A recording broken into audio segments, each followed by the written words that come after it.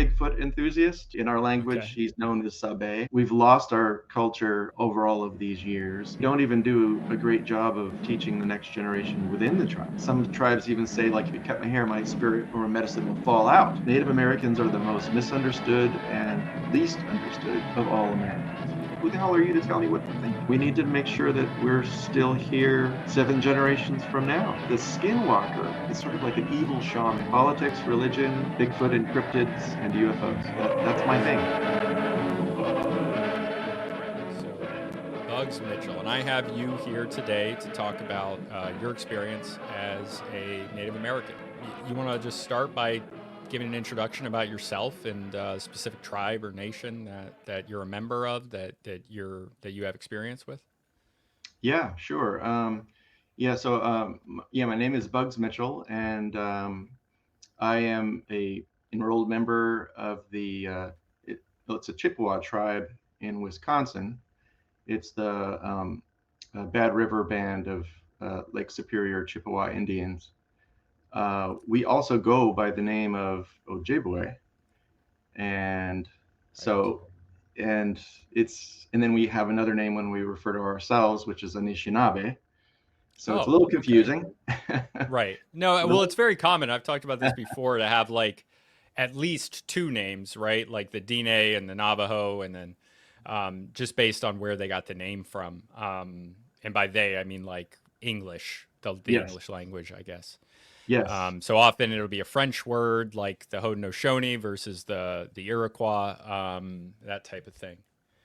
yeah. And So as far as I know, Ojibwe, Chippewa, yeah. we don't really know Sorry. where that name came from, as far as I understand it. I guess there's some speculation that perhaps it was um, a word that referenced the puckering up of moccasins when they're sewn together. And then there's Mm, also speculation that when we were um, dealing with our enemies, that we would roast them, kill them that way. So I mean, but those are just speculations. People really don't know where the name came from. So right. I think that's interesting. Um, and so yeah, I'm a member of that tribe, but I grew up in Southern California, Hmm.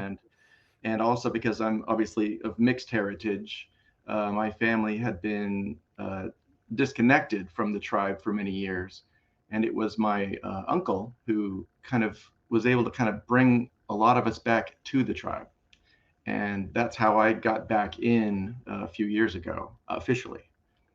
Right. And different tribes, nations, they have different like eligibility requirements, right? Like different, some of them Yeah, have blood quantum requirements and that that is type of thing. correct.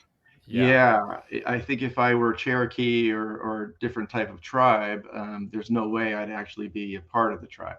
Uh, so Yeah. thankfully, our particular band, the way they do it is that if you have a proof of direct lineage to the tribe or that particular reservation, then they review your information, and if they deem it all valid, then they say, well, you're perfectly part of this tribe and you're eligible. And then every year what the tribe does is they vote whether or not everyone gets in, or everyone doesn't get in that year. So each year you Oh, have to okay. apply, in person. Oh, each year you have Each to year, reapply. well, Oh. until you get in. Oh, You, okay. I see. I see. until you get in. So like if the tribe votes one year that not everyone gets in that applied, then you wait for the next year until you're able to get adopted in. Right. And a lot of people, I have talked about this before, and personally as somebody who's not Native American at all, like I'm third generation American, right? So it's like Yeah. unless a Native American was going over to Ireland or Hungary, it's got nothing to do with me. I don't share my person, it's just not my business. It's not my business at all, right?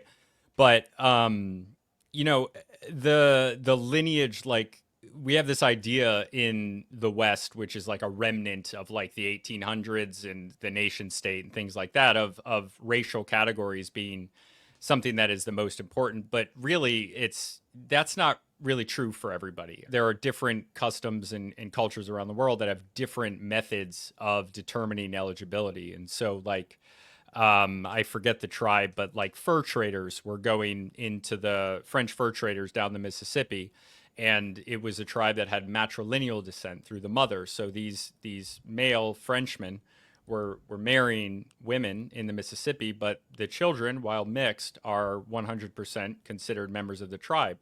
Whereas it wouldn't be the case if the sexes were reversed, and this stuff changes over time, and the cultural heritage of it is very important. But yeah, thank you so much for joining me today. So Chippewa is Chippewa the name that you prefer?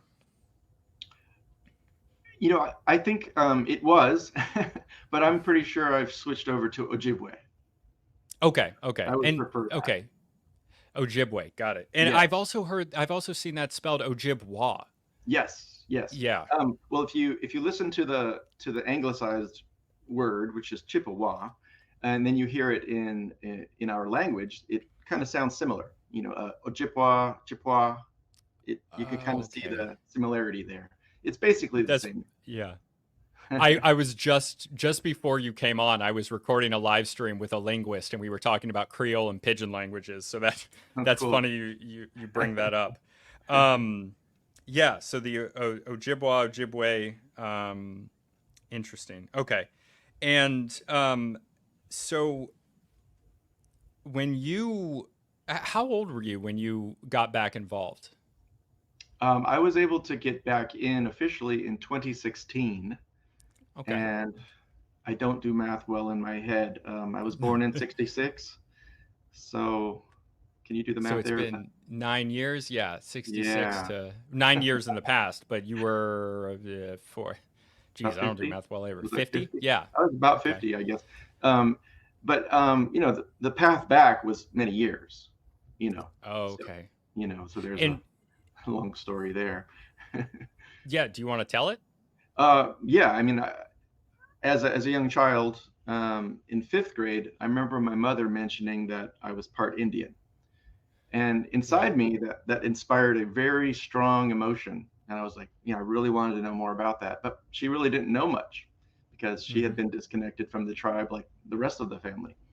And then Yeah. later, I think in the maybe the 1990s, she tried to join the tribe officially because my uncle had gotten back in, and then she had been rejected one year, so she just kind of gave up on it. But she never still didn't tell me much about it.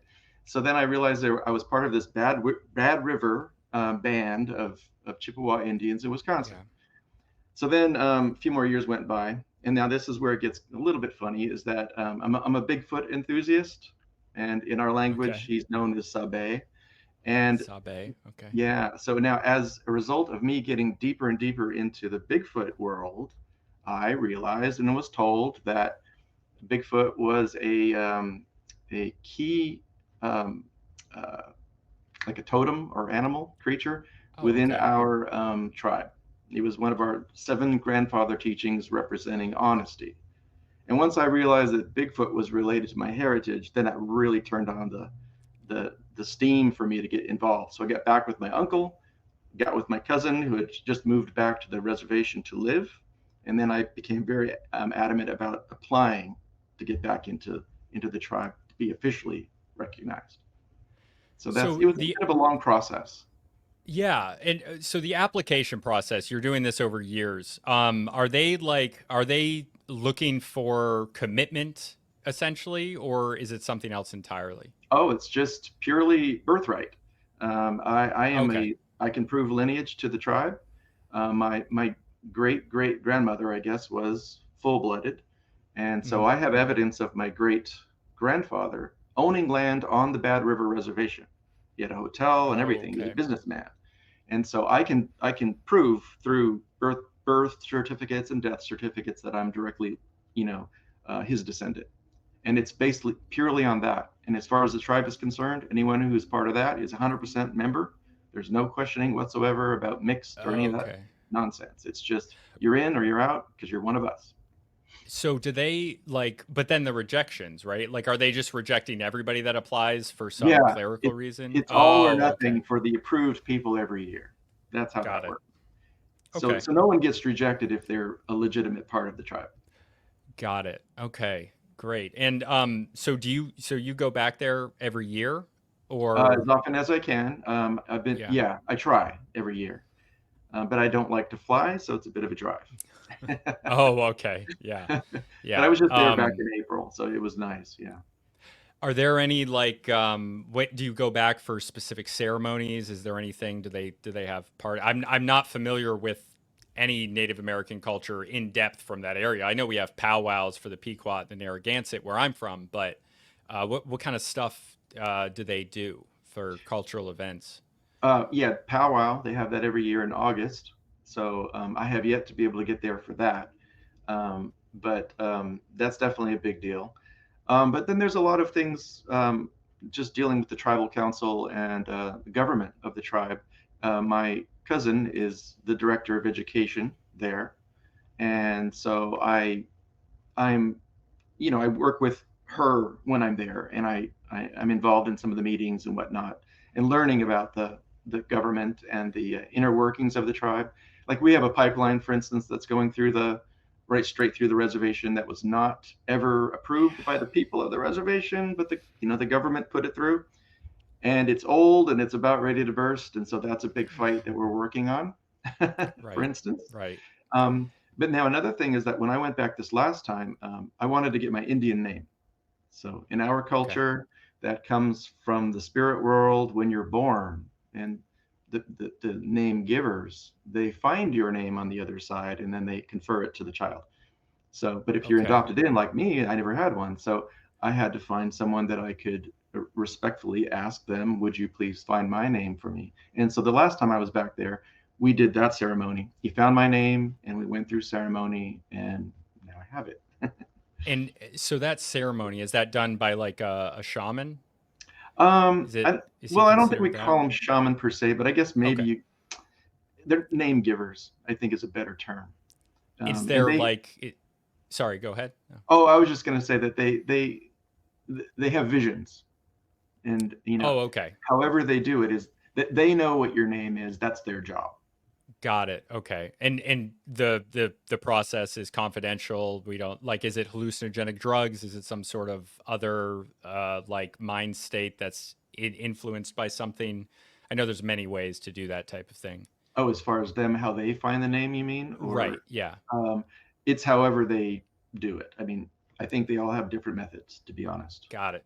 Okay. And Yeah. yeah, Yeah. That would, whether or not they call them shamans, obviously that's within the culture. But as far as the anthropological definition, I think that fits in with with the anthropological definition, which is an outsider's perspective. So from an academic lens, that is what it is. okay, Interesting. Yeah, but that has nothing to do with how they identify themselves. That's a separate thing, right? right. Um, cool. So this the reservation. What's around it? What's near it? Like, is it near cities? Is it kind of out in the middle of nowhere? Did I lose you? Oh, you're back. Oh no, I did see a little bit of glitch there, but we're Okay. back. Um, yeah, it's a bit remote. It's the Bad River Reservation is on the northern top of Wisconsin, and it's right on the banks of Lake Superior. And Mm, so the nearest town is Ashland, Wisconsin, which is off to the west. And okay. but it's just outside the reservation, so it's an easy drive along Highway 2 along the top of the state to get to Ashland, and then through the reservation, and then over on the other side you can drive over to the Michigan side, and then there's towns over there. Was were the Chippewa, were they like cut between national borders with Canada and the US, or is it all Yeah, just Wisconsin? Oh, they no, were. it's all Okay. around the Great Lakes. So Oh, our people, as I understand it, are the second most numerous people on Turtle Island or North America. right. So now, if you just take the U.S., I forget where we stack up. So But then your band, and band being a in anthropology at least, it's a distinction below tribe. yes, So the reservation is for the band specifically, or for the whole yes, tribe? yes. Okay, Bad River Band is that particular reservation, and I got it. believe Wisconsin has about 14 reservations Oh, okay. Wow. dispersed all around Yeah. the state. Yeah. Do you do you know how many people are, I mean, number one, are registered in the band or the tribe, and how many live Yeah. there? Yeah, roughly about 7,000, I think, is the total number of members, and I think little less than half of lives on the reservation Okay. itself. Yeah. Is there like one of the big issues, and this depends. Well, from what I've gathered myself, one of the big issues is the lack of economic opportunity, right, on a Yeah. reservation. Depending, like where I'm from, the Pequot, they're fine. Well, in that case, they're fine because there's a lot of economic opportunity near them where they don't have to leave the reservation very far. They don't have to move away, so they can retain their culture in a lot of ways without while still participating in like modern economic society. So, what's the situation like there for that? Um, I don't have a super clear picture of that, but my Hmm. understanding is that a lot of people are employed. They do have jobs in neighboring towns and whatnot. And I know there's a fair number of elderly people there also. So I'm sure they get support, from the Hmm. tribe and the federal government. So, but I don't feel like there's a major problem of not having employment in the area. It's Yeah, I know other reservations are far worse off than ours. Let's just say. yeah, yeah. I Yeah, know the Dine, the Navajo, they're so yeah, remote and so right, large that it's a major problem. right. I mean, the other part of that is there a problem of children leaving the reservation to go very far to find stuff, and of course then kind of losing their culture over time. I think that's always a problem. But I think what's most concerning to me personally is that just that we've lost our culture over all of these years, and Hmm. we don't even do a great job of teaching the next generation within the tribe, on the reservation itself. And so that's what I Right. want to be much, much more involved with now. And so does my cousin, and a lot of people are looking into that. Where we're working on food sovereignty programs, and we're teaching children how to hunt and prepare food traditional in traditional ways. And of And course, you have references for that. Like is there still like knowledge passed down that oh you have? yes, Yeah, yes, great. definitely. We're Fantastic. very, um, I'd say, fortunate that our particular tribe, the Ojibwe people, which encompasses all of the Ojibwe around the Great Lakes, still has a lot of knowledge about their culture and their language. Yeah.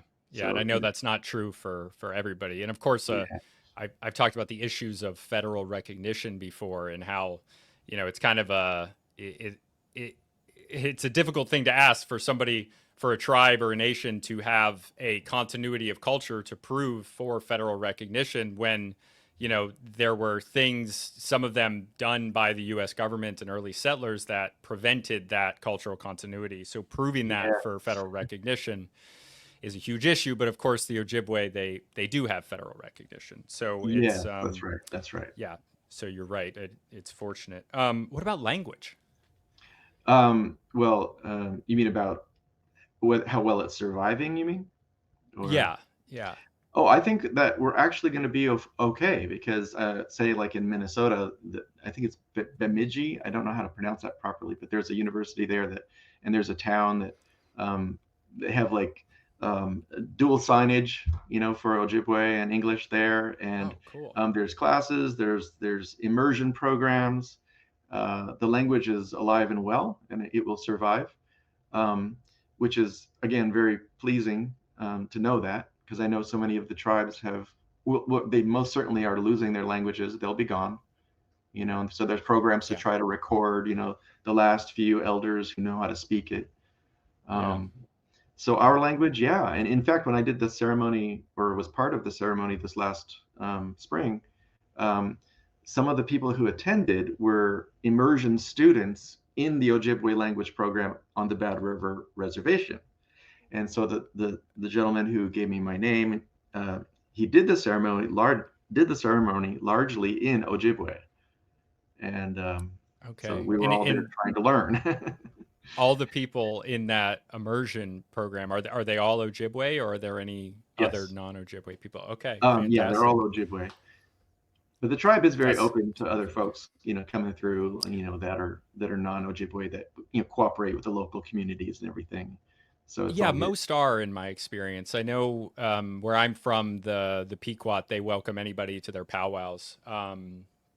Yeah, it's fantastic. So the language, like with the Wampanoag, who are an Eastern Algonquin people from Massachusetts, they had to reconstruct their language, and it's fortunate because Algonquin people are everywhere. So there were some Algonquin languages they were able to reconstruct it, or at least they're still in the process of it. It's very hard, but the language was never lost. Is what you're saying, right? Yeah, yeah, and that's wonderful. And not only that, but It is. our land.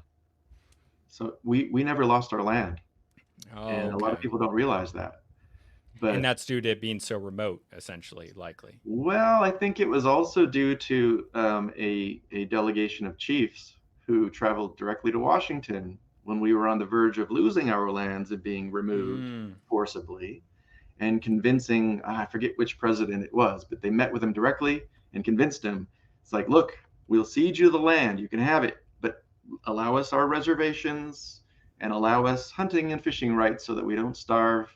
And the president agreed, and we were able to stay on our lands. So Yeah, that's that's a fantastic. It that's a says big deal. here 1852. There you go. They were Yeah. there. There's Yeah. also an 1854 treaty that we reference often. Okay, that's great. It's good to still have that. I know for a lot of different tribes and nations, it's not just continuing the continuity. It's reclaiming land and reclaiming language. So Yeah. that's really good to hear. Um, okay, I'd actually. So do you know any of the language? Oh, bits and pieces. I'm learning Yeah, as much as I can.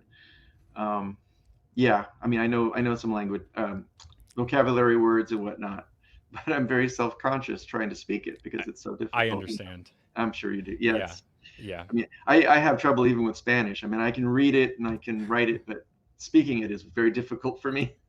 Yes, yeah, it really is, especially as an adult to learn a language. But Yes. trying it is good. It feels very good. I know that's how I feel when I when I say Irish words. I love doing that. The language is so related to culture. It's honestly it's the biggest single factor that protects a culture because so much of the culture is how people speak. It's enshrined. It's completely connected to how people practice Yes. their culture. So Chippewa, Ojibwe, fantastic. Is there anything else you wanted to say that I interrupted you on with a question on any of that? Um, let's see. No, I think we're good. Okay, okay. Um, do you? Oh, here's what I want to ask. While we're on the specifics, do you want to talk about the significance of your hair? Is that something Oh that's yeah, related? Yeah, yeah. That's a big deal. Um, yeah. yeah. The hair thing is it's an interesting thing for me. I'm an older guy now, so I'm in my 50s, almost 60. And when I was young, and I guess this gets into a little bit with my mother's experience growing up.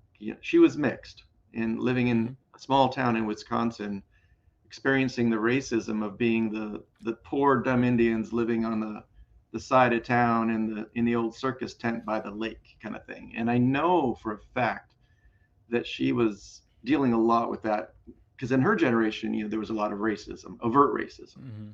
Right. And you're And 50. You're talking about she's in her 80s. So at this time, yeah, so she was yeah. born in 1925, grew up Hmm. very poor. So Oh, I believe that she was passing for many years, in the dominant culture, and there's nothing wrong with that in my opinion. But I think that's how she saw that. So I was her little boy with the short hair and the curly Q hair and all the goop that she put in there. And then my mom and dad sent me to a private school, but it was a military school out here in Southern California. So I wasn't allowed to have long hair as a child. yeah, And so I always had this short hair and I was miserable. I always wanted long hair, always. And yeah. when I got a little bit older, I slowly moved to growing it out. And then when I was able to grow it out properly and then to actually braid it like this, Yeah. I mean, I can honestly tell you that there was a spiritual thing that occurred within me where I felt at home. I felt normal. I did not feel the tension that I felt all growing up, not feeling like I fit in quite right and not just feeling comfortable in some ways with this weird hair that I felt I had, or the lack of hair rather that I had. So uh, now the first few times I started braiding my hair, it was felt very uncomfortable because I'm also very self-conscious about people questioning whether or not I'm an Indian. You know, I am an Mm, Indian. right. I like American Indian as a label. You know, I'm Native Hmm. American, American Indian. But you tell that to some folks, and they're like, "Oh, what do you mean? You're just some white guy." So then, but I got over that, of course, and I taught myself how to braid my hair. Now, in our culture, the braiding of the hair represents the harmony of mind, body, and spirit, you see, and it also protects our Nice. hair so we don't fidget with it. And we feel that long hair is, it kind of contains our medicine or our spirit. And to cut it is to kind of diminish that. You know, some tribes even say, like, if you cut my hair, my spirit or medicine will fall out, you know. Yeah. And I've lived that and I feel that deeply inside me. So my hair is extremely important to me, as it is many Native Americans, as I'm sure you've probably heard. Right. And Yes. And a lot and of other cultures around the world, but oh, yeah, yes. Yeah. absolutely, that is But correct. it seems, I know more about a lot of Native American cultures than I do about others. And it seems like a very common theme amongst a very different groups of people. There's huge diversity in Native Americans or American Indians, but the hair seems common, very, maybe more so than other places, or maybe that's just my exposure bias. Yeah, I'm not sure about right. Yeah, I don't know about how it Yeah. manifests in different cultures completely, but I've always made a serious connection between that and spirit in the spiritual realm. So for me, it's very tangible and very Yeah. deeply felt. Yeah, And it's a and big the deal. I'm glad the you asked about it because yeah. we're very attached to our hair, and there, you have to admit there's also a symbol of vanity factor as well. I know that with a lot of Native American men, it's just there's some vanity involved. Yeah, it I'll be honest. and I my I, hair is very important to me as well, but yeah.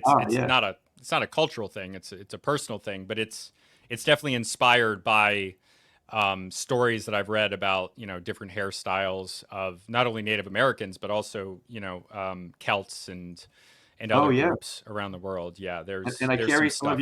I carry some of your blood also, just so Yeah, you know. I fantastic. mean, get some Yeah, Irish. good. Yeah, yeah, fantastic. We love to hear it. So the braiding, is that a specific Chippewa style, No, or is that a no, choice? Yeah. that's a choice, and it's just common throughout many Native American communities. In fact, our people, a lot of the men wear short hair in our tribe. Mm-hmm. It's not as maybe prevalent to see the really long hair, certainly in some of the older generations. Mm-hmm. And a lot of folks, or guys rather, they'll just braid it straight down the back. Um, Personally, I Just with like one braid. the dual just because it's easier for me to do, and it feels more comfortable to me. I like it. Yeah, So I like it too. I've never braided my hair, but I've wanted to. I've thought about it. I have yeah. my best female friend is a black woman, and Uh-huh. so they're familiar with the braiding of hair. Maybe not Yeah. hair like mine, but similar. It's easier than that, so they can figure it out. So yeah, just for the people listening, you have two long braids, That's right. rather than one in the back. That's right. So then the other thing, your necklace. Do you want to talk about your necklace? That I had mentioned how I'm a Bigfoot guy, right? So this was made for me Okay. by a good friend. This is a Bigfoot emblem, Mm-hmm. and I wear that because, like I told you, I kind of feel like Sasquatch or Sabe, as we call him, was instrumental in drawing me back to the tribe. That and through my dreams, right? Right. And I don't consider Bigfoot to be mythical. Okay, just so you know, I mean, I've experienced them personally. I believe they're 100% real. So for me, it's not just some hobby. It's a big deal to wear that. That's my necklace. Yeah. Awesome. And the beads on it, is there a significance to the beads as well? No particular significance. No, it's Yeah. just purely creativity. Yeah. Got it. Yeah, I know that. I mean, just beads in general. Where I'm from, the Pequot, the Narragansett, Eastern Algonquins up there, the wampum beads made of shell are very, very important to their Oh cultures, which yeah. I think gets lost in translation a little bit. Like, there's obviously the buying of Manhattan Island with the beads, and it's like, oh, they just bought it for trash, when really it was a misunderstanding about renting versus buying versus staying there. But the beads are a trade good. They were something that was important.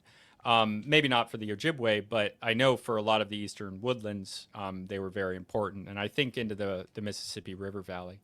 Yeah. Yeah. Um, yeah. So fantastic. I love that. I love the necklace. I love the hair. I really do. Huh, thanks. Which, Appreciate that. uh, what made me think about that will segue into the next thing I wanted to ask about, is Native American representation, American Indian representation in media. Oh, Right. So if you're okay with talking about that. oh yeah, sure. That's good. So it reminds me of a scene from one of my favorite movies, Smoke Signals, which, have you seen it? I haven't. No. Oh, okay. It's from the 90s. It Okay. was like the first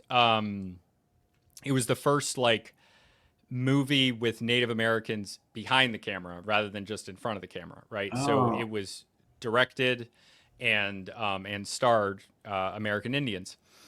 And they have some conversations about the hair in there and the importance of it. So with and they also bring in a lot of there's something very unique and specific about American Indian humor. Do you have anything to say about that? Do you have any experience with that? Only that we are a very humorous. We love humor. I know that Native Americans love to laugh. They love to joke, and they're very clever and witty, and that's a big deal. But you don't normally get that impression looking at all those old Curtis. I forgot the name. The Curtis photographs that are so commonly seen, where all the Oh, Indians I look don't very, stoic. stern and stoic, and it's like that's not my experience at all. People are very, they laugh a lot and they like to joke. There's actually a scene in Smoke Signals about exactly that. Oh, There's a cool. scene with the two guys, and one of them is like telling the other guy, he was like, "Why are you smiling all the time? You're not supposed to look like that. You're supposed to look stoic." Like, yeah, it's a great Right, scene. right. Yeah, you should check that movie out. I It's will I'm need to. surprised you Yes, haven't seen it. Yeah. that sounds good. Yes. Um, so then, have you seen Reservation Dogs, which is a newer TV series? I haven't yet. It's on my list, but Yeah, I haven't. I mean, yeah, I just haven't. No particular that's okay. reason, just busy. Do you have any other opinions on any, the other ones I can mention is older stuff like Pocahontas from the 90s. And then you go back further into the 1950s and I think it's Peter Pan. There's a scene that's, Oh I yeah. mean, it's very hard to offend me, but even I'm offended by that one. That one's Yeah. bad. Yes. Um, so do you have any feelings on representation of American Indians and also in like Western movies? It's okay if you don't, but do you? I mean, I have some thoughts on it. I don't have a lot of feelings per se. I guess Hmm. because growing up in two worlds. I mean, I grew up watching all the cowboy and Indian movies as a kid, and it's like you just go along with it, and it wasn't particularly one way or the other. I mean, Yeah, you just knew that they were cowboys and they were Indians and they fought, and yeah. when I was growing up, that wasn't a big deal. There wasn't like all of this sense of racial animus constantly and every single thing, and that you can't like anybody unless they look like you kind of stuff. And it's like I guess I'm not really a fan of any of that sort of thing, like the modern identity politic kind of approach. I think that's profoundly, I guess I find it kind of racist in itself. And yeah, and I divisive. Is Yeah, that very fair? Yeah. divisive, and I don't like that because I know our people and our culture and our ways was never about dividing people. I mean, we were like, if I could speak for, I can't speak for the whole culture, of course, but Hmm. I think the idea is that, when the Europeans got here, it'd be like, okay, yeah, we can live here. No problem. We can live together. We don't have to wipe each other out. Now, that some people had some different ideas on that, obviously. Hmm. There's But obviously a spread of different opinions within that, but there was yeah, plenty of the peacefulness. Yeah. yeah. So a lot of the stuff on the media these days, I'm actually rather skeptical and very cautious with. Because Hmm. I don't like the idea that, oh, well, we have our token Native Americans, and this is what Native Americans look like, this is what they do. And of course, they're all pissed off now because they've been oppressed, blah, blah, blah. So it's Hmm. almost like, what does the dominant society say we're supposed to think about, our own oppression, and our own quote unquote victimhood, or why aren't we more victims? I'm very much against that whole victim mentality. So I guess Right. I'm a little bit, maybe I do have some feelings. And it's maybe more like I don't like the idea of being pigeonholed or told how I'm supposed to think or feel about any of it, you Right. know. So yeah, I do feel that way. And I will add one more thing is that I was a big fan. Well, I mean, John F. Kennedy. I wasn't really, I was a child when he was assassinated, but he Yeah. made a quote, and I often will put that on social media. It was something about that Native Americans are the most misunderstood and least understood of all Americans. And I think there's a lot of truth to that. I mean, people have Hmm. no idea what we are really about, and Right. what they do think we're about, they don't understand it properly. It's I think there's a lot of truth there. Yeah. Um, my perception, and I agree with pretty much everything you said. But my perception is often that, and this happens not only with American Indians but also with others, is they'll the people that are mostly white, and it's multiracial at this point in like academia and leading in media. They'll pick somebody, just an individual, who's willing to say the thing or already thinks the thing that they want them to say, and then use that as the representation, which, Uh, like you said, is pretty racist. And yes. it and that leads me into the next thing I want to talk about, which is it's very homogenizing, right? Like there's this like idea that without experience, without a lot of experience with understanding Native Americans, there's this homogenizing idea that all Native Americans think alike, and it's almost dehumanizing to a certain extent. And it also is very much against any sort of differentiation between different American Indian groups. And of course, even more so than Euro Americans, which of course have their own differences. They have their own ethnicities, or I'm sorry, we have our own ethnicities, Hmm. our own differences, our own regional differences. But those differences, um, coming from a place where you have different environments. You have the Tohono O'odham in the Southwest, the Pueblos, the Pacific Northwest, like the Tlingit, the Haida. You have all these different groups that are so vastly different and produce their cultures so vastly different.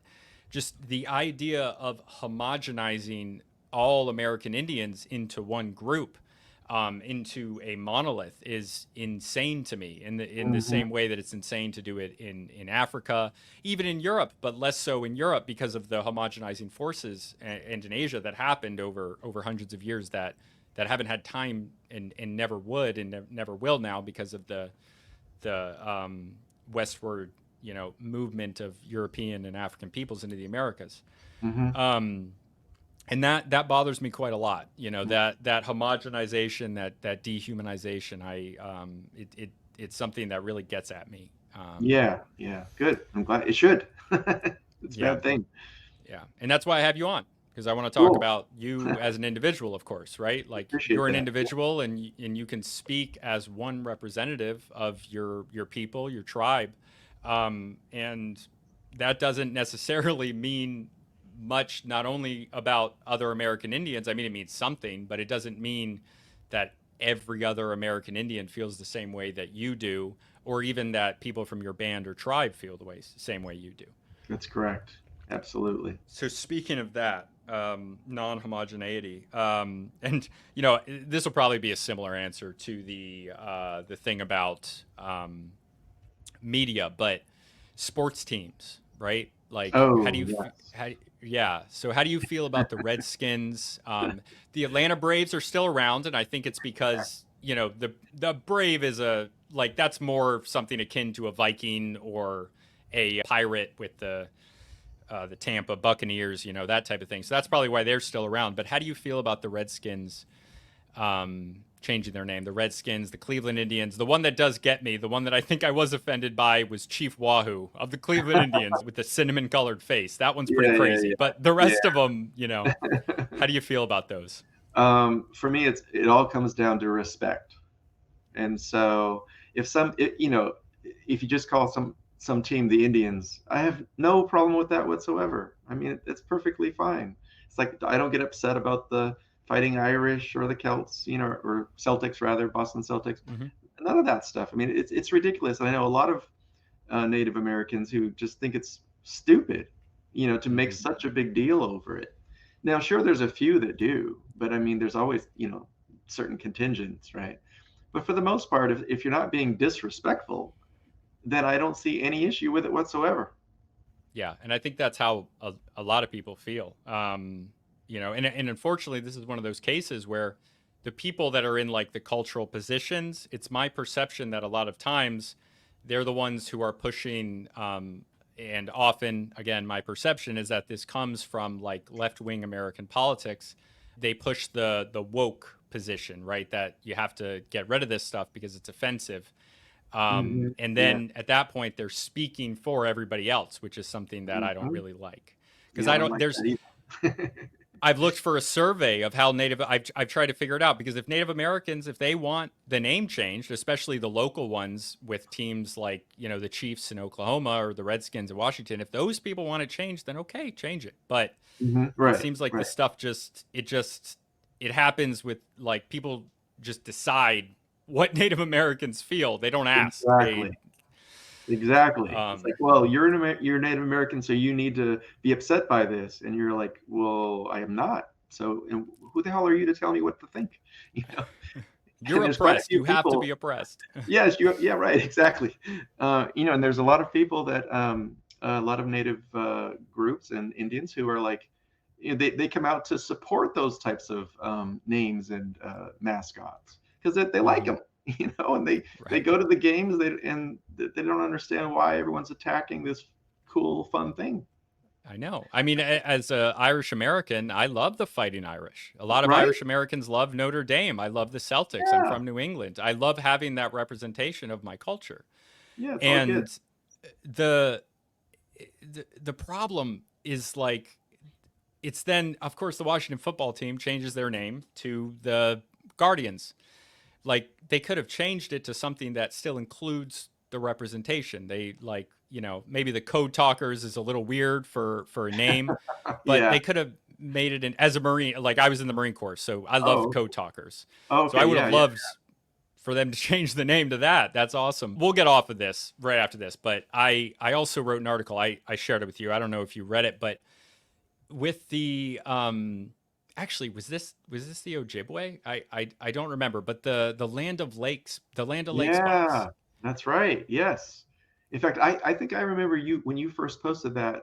It was months ago, perhaps, or a year ago. Yeah, I it was. remember seeing Yeah. that, and Hmm. I'm very much. Well, I just find it very ironic that in the name of protecting and not being racist, we have to eliminate Ojibwe maidens from logos, and now she's not there anymore. She was And they beautiful. It kept was the wonderful land. art. Like, why you got rid of her? How is that helping? Right. And It was, people were calling the maiden who was wearing traditional, I think it was Ojibwe clothes. They were calling her like a sexual stereotype, oh, which geez. is offensive. I mean, that was Yeah. printed in major newspapers, No, that's which I cited outrageous. in that. But Outrageous. and it was done by an Ojibwe artist. Hmm. And Hmm. now it's just the land on the box. It's It's they created a stupid. perfect metaphor. Yeah. Yeah. I mean, just let me be really clear how stupid that is. Yeah. I say bring her back. Right. Yeah. I still Maybe they I will. actually I hope they do. I mean, Yeah. if they were listening, I don't think any Native American came out and said take her off the box. I think it was just a response to 2020, which was unrelated. But Right. Yes. I I did save a box with her on it. I have Oh, it good. in a box of saved stuff. And I don't buy Land O'Lakes butter anymore. I refuse. Um, but yeah, that's what we're dealing with. Okay, so non-homogeneity, right? Like there's we have Alaskan natives, Aleutians, Pacific Northwest. Like there's all these different groups of Native Americans that have different cultures, somewhat related to each other in a specific area. Related, like there's relation, and there's excuse me, there's distinct groups though still, and they're very very different. But then you have coming in when you have like the technology in the 1800s and even before then that connects people together. So you have something like the Native American Church that comes out as a pan Native American idea. So I guess whatever you have to say on your own religion from that perspective, but also like how that relates to other Native Americans, right? Like other American Indian groups that are more or less related to the Ojibwe. Yeah. Okay. So, as far as my personal religion, it's very important to me. Now, I was raised out here in Southern California. Not that that really, directly affects my religion, but I was raised Christian, as many Mm-hmm. Native Americans were and Right. are. Like on our reservation, for instance, we still have a Catholic church there, and some of the older elders are very, Catholic in that regard. There's many Methodists there. There's many Okay. who are just non-religious, you know. But then we also have our original religion. It's the Midewiwin, I think it's what it's called.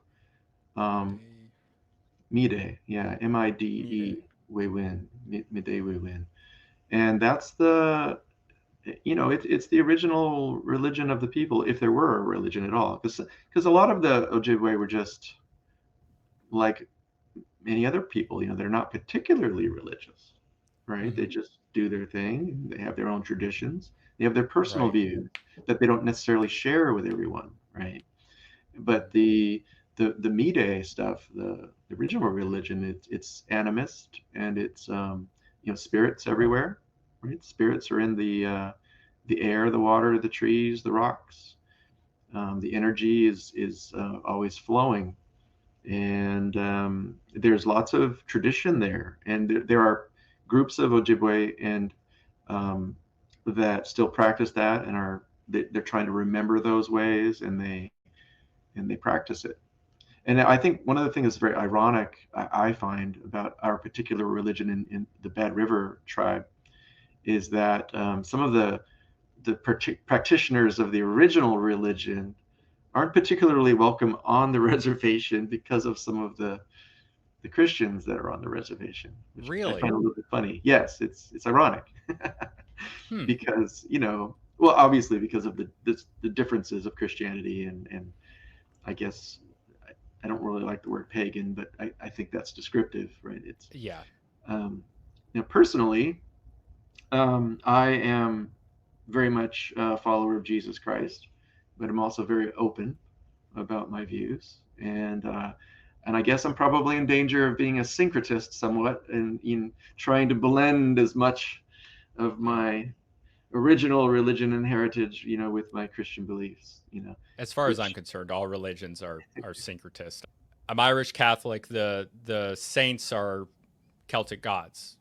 there you So it's go. like it's always like that, right? And I think that Yes. Catholics are more open than Protestants often to including other belief systems and Orthodox as well. Right. Right. Yeah. So I'm definitely not. I wouldn't call myself a Bible thumping, fundamentalist. I'm definitely not that. I'm sure I'm seen as a heretic by many groups, but I'm I can interested take in that. truth and what I feel is truth about our reality, and about the spirits and the energies that are involved in the world. So, for instance, like I mentioned Bigfoot, but there's also little people, and there's all sorts of different entities Yeah. that our people believe in. In fact, we were placed here by the Creator, we weren't, we've always been here, but we're told, oh no, you came over the land bridge and you evolved in Africa and wherever, and then you migrated. We don't accept that. Hmm. I don't anyway. I mean, Right. we're taught that we were placed here originally, and this is our land, and we've always been here. Yeah. And so that's a spiritual belief that I have. And 20 Um, years ago, they would have said it was only 13, 14,000 years ago. And of course, through gritted teeth, the anthropologists eventually accepted that it's much older, mhm. although not, maybe not the same related to what you're saying, but it shows that the science is not always correct. Like it's not Right. always what they know is not always the final answer. It's just Or what based they on think science is. Yes, exactly. right, I'm for exactly. whatever Yeah, I'm saying I'm big for S whatever it science. is. Yeah. Hmm. um, the other thing about religion that I deal with often, because I'm online a lot, I spend most of my time on Okay. X, and how often do I get the thing of, you're a native, you can't be a Christian, because don't you know what they did to your people? And they're telling me not only what I'm supposed to think, but what religion I'm allowed to have. I mean, are you freaking kidding me? It's very Yeah. upsetting. Yeah. I would it, and those are the those are the types of people, and I'm generalizing here, but that type of thing, those are the types of people who would call me racist for having certain opinions, which is Hmm. ridiculous. I'm Right. not. But I'm called racist by white people, not really anybody else, but white people, very often. Oh, yeah. Maybe not very often because I don't go that crazy, but for beliefs that are not, they're just not racist. Right. But yeah, that's very offensive to me to tell somebody that type of thing Yeah. what they should Yeah. believe, Yeah, it's bad. especially knowing the history of Christianity. I mean, Christianity expanded in Europe in the same way. I mean, it's the Hmm. same thought process of, like, there are plenty of European pagans who are, they sometimes feel that way about Christianity, that their indigenous belief systems were taken from them by Christianity. Um, and every religion is like that. Like Yes. it's all like that. Yes. It's always like that for anybody, but it's more recent for American Indians. So I guess it's that. But you know that goes back to like the homogenization and that type of thing, where it's like they're expecting you to act and believe a certain thing based on who you are, and it's extraordinarily dehumanizing in my perspective, de-individualizing, and it's not based in critical thought or understanding. Agreed. Yes. So maybe we could cover the noble savage idea. Yeah, please talk about the Okay. noble savage. So yeah, so a lot of times you hear from people saying that, well, I mean, I've known both. I mean, I've known the people who believe in the noble savage view of Native American history, that where they have the crystals and the dream catchers, and they sit in their sweat lodges out in, some cushy area in Arizona with all the people they've paid to come in and do that thing with them, and they chant, and they just think, oh, Native Americans are so spiritual and everything's so great, and I don't want to knock it too much, because a lot of those folks believe that, but I think there's also a lot of stereotyping there, obviously, and the idea that we all lived in harmony, and that the Indians were just like running around, happy and you know in harmony with nature, and there were no issues, and that's ridiculous. It's utterly false and ridiculous. I mean, my goodness, we were fighting and warring, and dealing with disease and all sorts of famine, and there was anything but idyllic in that regard. We had many different nations on this continent, and And in my particular tribe, I'm told, it was pretty well known for being pretty brutal in how we dealt with our enemies, and right. and on the battlefield. you Which know also implies that other tribes and nations were less so, right?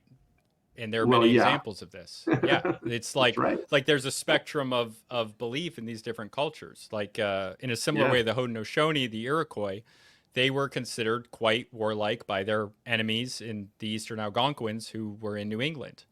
Yes. And then you have even a more extreme example of a people like the Papago, the Tohono O'odham, who were like hunted by the Comanche and the Apache in what's now Texas and northern Mexico. Hmm. Um, so yeah, this is another one of those things where it's like it's removing the entire human experience, right? The entire spectrum of human emotions and human actions that a culture can take, down to a simplified stereotype. I mean, Yeah. of what they want people to be, when really it's, it's very diverse, and that brings me down. Like I introduce you as an Ojibwe, as a Chippewa, not as an American Indian.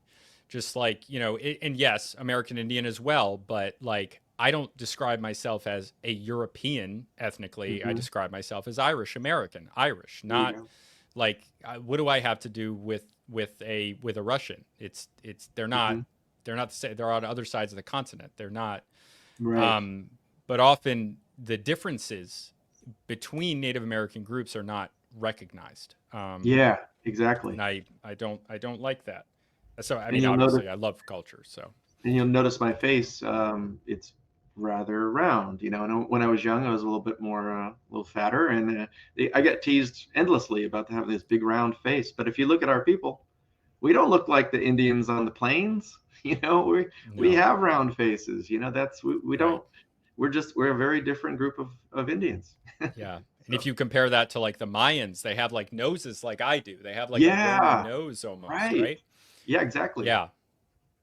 Yeah, and it's a very different thing. But it's people have such little experience. So actually, I'm going to tell you the story, if you don't mind. Oh Right. no, So that's I great. was this happened a few years ago. I was taking graduation photos for college, and randomly a car drives up, and I noticed that they have on the a bumper sticker on the car has the Haudenosaunee flag on it, the Iroquois flag, and it's like a it's representative of the Great Law of Peace, which is their belief system, or represents their belief system. So it's like it's a in the center there. I forget, it's like a diamond. I actually have one of these flags, and I Hmm. have a big flag collection, so I have one of these. Cool. It's purple with like white lines on it, and it has um, there's one mark in the center. I think it's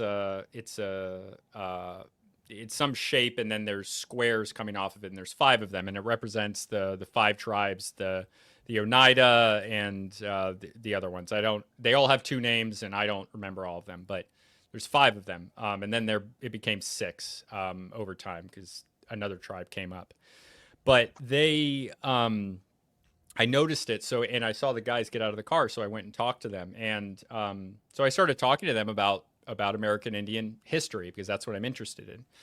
And the guy like says to me when I'm talking about he said, I really appreciate you being interested in the culture and everything. And he literally put his hands together. He was like, but please, please remember that we are still here. And, Oh yeah. I was very, very powerful for me. And I was, I'm a little bit embarrassed at this because I'm like, oh my God, I'm talking about them in the past tense. But of Oh. course I just say like, I was just like, oh, like, I'm sorry. I totally get that. Thank you. But like, I just love history. Like I would talk to a French guy about French history. It's not Hmm. like that. But with American Indians, it's a very different thing because Hmm. like French people are, you can still see them. They're still around. They're still, I mean, obviously Native Americans are still around as well. They're just not in the public eye as much. You don't have as Right. much experience. Right. There's not as many of them. They're not like they're not around to talk to in the present tense. Yes. Um, and people who have been listening for a while, they've heard me tell that story 2 dozen times because Okay. since then, since that conversation, every single time, at least in theory, unless I'm trying for brevity or something, if I bring up Native American history, I bring up contemporary Native Americans. I just have Oh, to. cool. Yeah. Um, That's good. Gosh, that was going to Yeah. lead me into something, but that's something that's very important to me. Well, Very, very important. yeah, that's a good aspect actually, because I agree that the idea that we're still here, it inspires me to kind of do more what I do, like where I wear my hair this way everywhere I go. I tell people openly and clearly that I am an Indian. And of course, I get a lot more people noticing because my hair looks different, so they'll Right. ask. and they can see it in my profile, and I get it a lot. But for me, that's a way of reminding people that, yeah, we are still here. And no, we don't look like what you might expect us to look like anymore, but we're here and this is who we are. And we're human and we have a real history. And it matters to us that we're still here. It matters a lot because there's really not a lot of us left. I Yeah. mean, I'm only 1/16 Ojibwe. Hmm. And I don't know what the statistics are, but that's a really small percentage of the country's population. Yeah, So, it's less you than know, 2%, I think. there you go. So it's Yeah. like, so I feel like I'm kind of doing my part, to kind of Hmm. keep this alive. And I've often told friends and family, I've said, my Scottish heritage, my English heritage, my German heritage, my Irish heritage is not at risk of extinction. Hmm. Whereas my Ojibwe heritage, thank God it isn't as bad as some of the other tribes, but it is at risk, you Hmm. know, and we're hanging on by our fingernails right now. And it's important for us to build back to what we had and to restore our culture and teach our children and the folks living on the reservation the old ways and the proper ways because it Hmm. matters. It was a good culture. It is a good culture, but we've lost Hmm. so much of it, right? And we need to get rid of the drugs and all of the crap and the dependency on the feds, right? That Hmm. has occurred and all the subterfuge that it continues to this day with the what I would say some of the new racism in different techniques. And we need Hmm. to make sure that we're still here 7 generations from now, which is how Right. we see things, right? The Yeah. people 7 generations ago invested in their lives for us today, and we're going to do that for 7 generations down the line. So Yeah. we all need to find our way to do that, do our part. So, and Do I you want to appreciate that you're, that you're mindful of that. I'm greatly appreciative. Yeah, thank you. Thank you. It's very important to me. I know, I have a pretty conservative audience, so I think some people are going to, you know, eh, on every episode, because I talk to such a wide range of people, there are things that probably people don't like, but I'm really happy to be able to bring this type of thing to people who wouldn't otherwise hear about it. Right. Do you want to expand at all on like subterfuge, like the issues on reservations at all? You don't have to, of course, but do you want to talk about that at all? Just a little. I think historically, as I understand it, the a lot of the reservations were divvied up in 40-acre allotments. And so our particular reservation of Bad River in Wisconsin, it's still divvied up in that fashion. And there's still a lot of non-native ownership of quite a bit of the land. And we've got a pretty sizable reservation. It's 128,000 square miles. Um, so that's a Okay. big deal. Hmm. And but just chopping it up in 40-acre allotments was an attempt, we believe, of slowly eroding the ownership of the reservation over time, which very much did occur, right? I mean, because there's a lot of, like I said, non-native ownership of the land. Not that we're particularly racist about, non-natives owning it, but it's our land, Hmm. and the tribe sees it as the tribe's land. We don't chop it Right. up in 40-acre lots, right? That's Right. not how we do But it. in the same way, or correct me if I'm wrong, in the same way that like, my land in Connecticut is also like American and Connecticut land, right? Is that kind of how it Yes, works? Yeah. yes, except that obviously our tribal council, like they, well, I guess maybe it's just more like wanting to be able to have our own self-determination of our land. Like Right. if half your land is owned by people who aren't even part of your culture, your tribe, and care about your particular things that you care about, I guess I consider that to be somewhat of a subterfuge because a lot of Yeah. Indians were sort of swindled out of their land. I mean, you could argue, yeah, okay, they sold it off, granted, but I think that was part Under of the what plan. circumstances? I think it Yeah. was a little bit underhanded. And Right. also, I can tell you something. Well, yeah. I mean, I think that also with a lot of the treaties, it's a little bit tricky, right? Because you look at the actual treaties and you see the land that you have, and then you say, well, what about this little spot right here? Like there's like I know, for instance, have you ever heard of Madeline Island? It's just off it's in Lake Superior. It's right there at the tip of top of Wisconsin there. No, I'm Googling it now, though. Okay, there's an island Yeah. there, Okay. and for our Ojibwe people, from what I Oh, I see the understand, Bad River Reservation here. there you go. Okay. Yeah, so there's a little sliver on the eastern side of that Madeline Island, which is actually tribal land, Oh, part of our yeah. reservation. Yeah, I see that on the map. Yeah. I'm So just it gonna. was leased to non-natives, apparently like a 100-year lease or something like that. That expired just a few years ago. And oh my gosh, the all the trouble, all the people that were, because they had vacation homes and things over on that land, but it was leased. There you go. It's that little chunk Yeah, right there. That's right. and then Samtara, Madeline Island, and then of course when you're dealing with an island, I can only speak for the islands. I think this is in general for islands, but you're dealing with very rich and powerful people who own property on there. There you So go. maybe able to fight in the court system Oh more. my Is that God, a they factor? screamed bloody murder. Oh yeah, they were like, "Oh no, we were born here, and this is our. Oh, how can you do this? Take our land away?" And we That's weren't funny. doing it maliciously, of course, but it's kind Right. of ironic.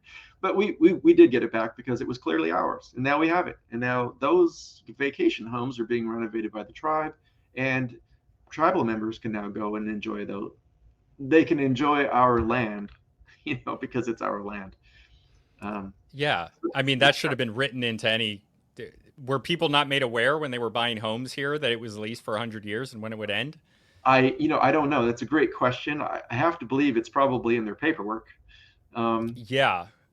it's all obviously fully legit, and we got our land back, and it's all good now. But it's kind of funny that happened. But also, if you look at the peninsula that's above our reservation there, that long, skinny peninsula, Oh, there's I some see that. areas in here, like that La Pointe lighthouse and whatnot up there. There's a question about, like, when did this not become our land, or when did this stop becoming our land, rather? So I know we're looking into those kinds of things. It's just like Hmm. this little bit of slicing it here, a little shaving off a little bit over time. So I know that there's a lot of uh, interest these days in our tribe of getting a little bit more savvy as to what's going on legally, right, with our future, I guess. And I think that's actually a really good development. Is that, at least in our tribe, we are becoming more involved with getting back what is rightfully ours, legally, of course, and through the system. And we're going to call out some of these things that were maybe a little shady that have occurred over Yeah. over the years. Yeah. Yeah. Absolutely. That's great that you're doing that because of course it's like once you get into the U.S. court system, you're working within this. Well, like today, of course, there's much more mixing of culture, but it was a much more difficult in the past for. I know of a few specific cases where like it's completely outside of the culture of any American Indian to participate in this court system. The things they don't make sense. I mean, even me, I don't understand how the court system works. It's very different from regular life, right? This is a social construction of like Western culture. Right. It's very different. They have their own definitions for words, even outside of just the regular English language. That's why there's law dictionaries. Yeah. So but now there's more of well, at least it's my perception that there's a lot more people who are native but can work within the anything that's American legal, like the court system. Yeah. So that's good. And we have lawyers that work for the tribe that are not non-native, but they're just, we're allied, and you Hmm. work with folks that are of like mind. Hmm. So, which is That's kind good of too. cool. Yeah, I like that. Yeah.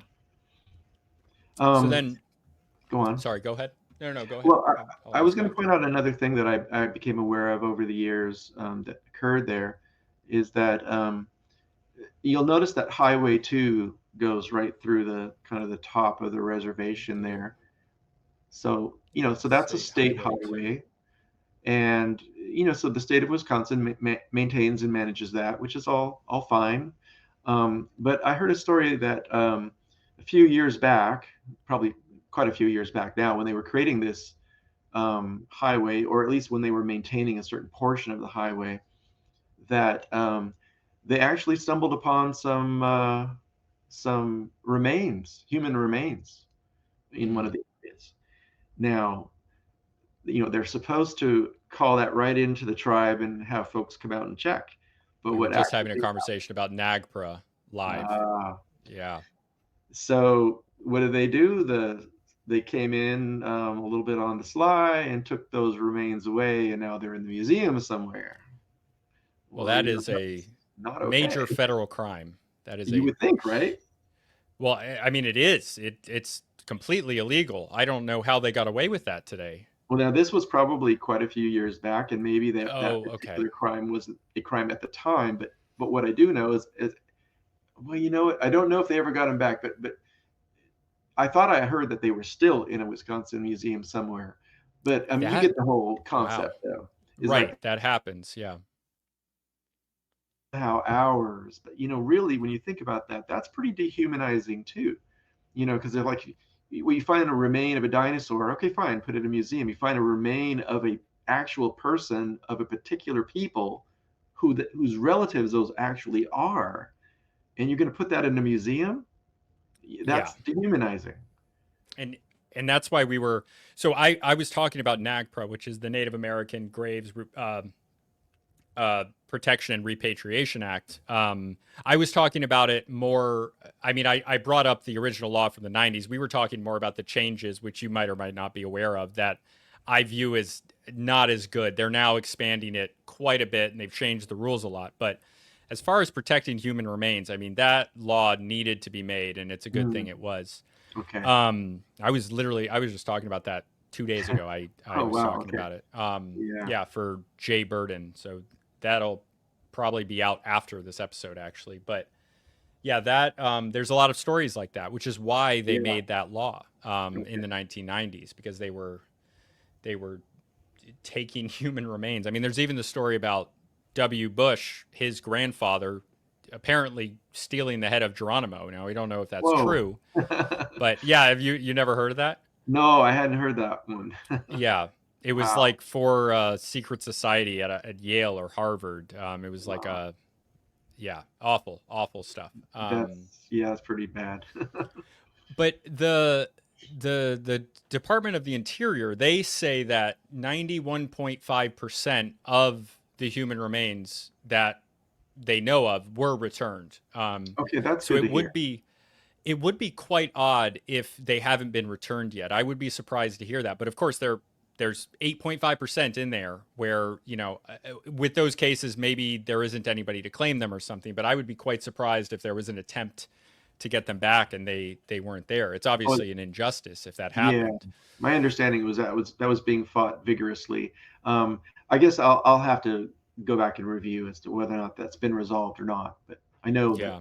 we haven't given up. And I think, in fact, they were determined. I think they were Sioux. The Sioux Oh. Indians, not Chippewa. Oh, Um, wow. at I least didn't know the that's Sioux what were I out that far recall. east. Well, we Yeah. used to fight a lot with them. That much I I know. bet you did. They fought with everybody. They Yeah. did. One of the other Um, warlike tribes. Yeah. That's cool. Okay. Oh, that's perfect for two other things I wanted to talk about. So other tribes, is there um oh, actually, I had seen something on the map I wanted to bring up. Sand Bay, is this a separate band up here? Are you Red aware of? Cliff up there. I believe that's the Red Cliff Reservation. Yeah, you see how it says Red Cliff there towards the bottom, a It little does, lower yeah. there. Yeah, my understanding is that's the Red Cliff. And Okay. yeah, that's a different band. That's right. But Uh-huh. also Chippewa, Yeah. Ojibwe, yeah. Oh yeah, same tribe. Yep. So I Do you guess we. have any like go ahead. Yeah. Oh, go on. Actually, no, I was. Okay. Like, do you have any? Does your band have contact with them? Is there like is there anything like, I guess, pan Ojibwe even into like Canada and like meetings of different tribes or bands within? Yeah, my understanding is that the Ojibwe people, the entire Ojibwe, is one tribe. We consider that Right. one people, one tribe, but we all have our different areas and our different bands. And I believe that I've been told that the Bad River band with that Madeline Island was kind of the capital of the nation, not necessarily officially the capital, but I know that they met on the island Right. for lots of key meetings and whatnot. So we see ourselves as one people, as the Ojibwe people, both Canada and the U.S. and also Mhm. throughout the state of Wisconsin. I know that the all the bands cooperate. Like we have a casino on our reservation, but it's not particularly rich or doesn't make tons of money. Yeah. But I think the the ones that are closer to, I believe, Minneapolis make quite a bit of money. So that money is shared among the bands. So if Oh, it, okay. which is really cool. And I know that a few years ago on Bad River, we were able to construct an elderly center, or a center for the elderly, with the funds that were shared with our band. Oh, So that's so there's fantastic. definitely a lot of cooperation, and I would say fraternity there. As far as actual official get-togethers of all the different Ojibwe tribes, I'm not really familiar about that. I don't know. Hmm. I have to look into that, I suppose. What about other people entirely, like the Sioux or the Shoshone or anybody else in the area? Is there any contact? Is there any animosity? Anything like that? My understanding these days is that my impression is that just because there's so few of us left, that if you're Native American, you just kind of feel like, okay, we're good, we're brothers, Yeah. we're hanging in together, even though, yeah, historically there were some pretty strong differences. Right. And like for instance, have you heard of the Skinwalker Ranch thing at all in I Utah? I have. You're familiar Yes. with that? I'm You often familiar hear with that that story. terrifying story. Okay, there you Yeah. go. But I You'll mean, if you often want to hear. tell the story from your own words, go ahead. Well, I guess, yeah, I mean, I follow that a lot because I'm into that sort of stuff quite a bit, Hmm. because I believe in the spiritual realities and the whatnot. But the only reason I bring it up is because you mentioned, is there any still animosity? But his Not too long ago, the is it the was it the Navajo? I guess it was the Navajo that cursed the Utes. Oh, And the really? idea, yeah, that's part of the lore of that ranch and that whole area, is that the Utes sided with the I don't know if it was with the government or whatnot, against the Navajo. And so then they were not particularly friendly. The Navajo and the Utes were warring and enemies. And the Navajo, I hope I got that right. I'm pretty sure it's Navajo. I Um, think it's backwards though, from what is it I'm reading backwards? here. I think the Utes cursed the Navajo. Are you sure about that? Because No, I'm not sure. It's just what I uh, googled in 30 seconds. pretty sure it's a Navajo cursed the Utes, because the the Skinwalker is is is sort of like an evil shaman. It's somebody that's given themselves Mm. over to the evil side, and in return got the power to shapeshift, and they're very malevolent. And so that was the curse, right? That it was placed on the folks that lived near the Skinwalker Ranch area, which I believe are the Utes. And so Yeah. and that's where it gets really scary. And there's actually a Navajo ranger that appears on the show here and there, that he explains that he's actually seen these things. They're well aware of them on the Navajo Nation, of these skinwalkers and some of these kinds of beings that are very malevolent and very dangerous. Mm. Now, if this says that, so if I got that backwards, then we'll just have to It, deal with that at some point. it could be that they cursed each other. That would be pretty common. That's very normal. I don't know. This is just a random website. I don't know if this is true. The Student News of Holt High School is where Oh, this I is got from. you. So I don't know if this is true. This is just Okay. the first Yeah. Googling. So I'm gonna do the same thing. I'm gonna be like, I'm gonna have a lot of caveats there, but you mentioned like as far as the animosity. So now I don't think that modern day Navajo and Utes are particularly at each other's throats. In fact, far from it, right? Hmm. So, but it wasn't too long ago that there most certainly was, just in the last centuries of history.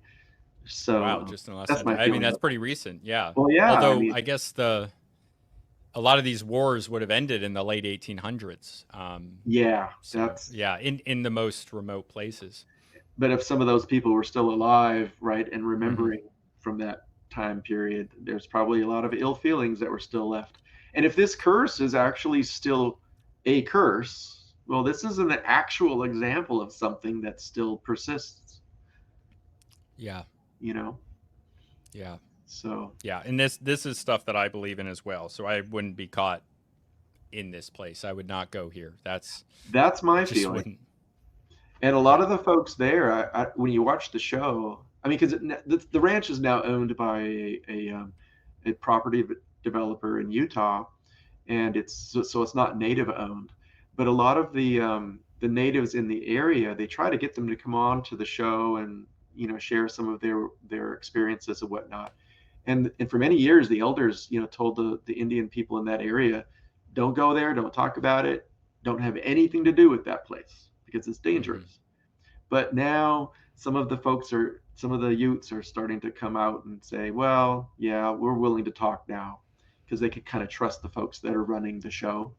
Oh, I okay. mean, literally That's running good. the show, the Yeah. Skinwalker Ranch television show. And I think it's pretty interesting stuff. Yeah, it is. It is. Yeah. And these types of spiritual realm cursing types of things, these have examples in all cultures, completely separate from each other on all continents except maybe Antarctica. So Yeah, this is not like a controversial thing in the grand scheme of human history. right. This is stuff that we all have, and whether or not it's real or not, it's real enough. It's definitely Hmm. real enough. In even if it's real more in a metaphorical sense or not, I believe in it more in a literal sense. But I do too. Yeah. even if you just believe in it in a metaphorical sense, it's if it affects people in that way. And there's been anthropological studies on this thing that curses, whether or not somebody knows about them, um, do have physiological effects on human beings. So Yeah. they've been essentially proven to be real. At least the effects of them are real.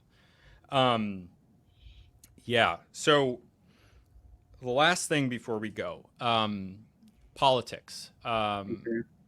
What is in local politics for this one? Um, can you talk at all about how the tribal government is organized? Like if Um, it's like hmm. what structure it's based on, right? If you don't know, that's totally fine as well. Well, I mean, I know there's a chairman, and I know Hmm. that it's run.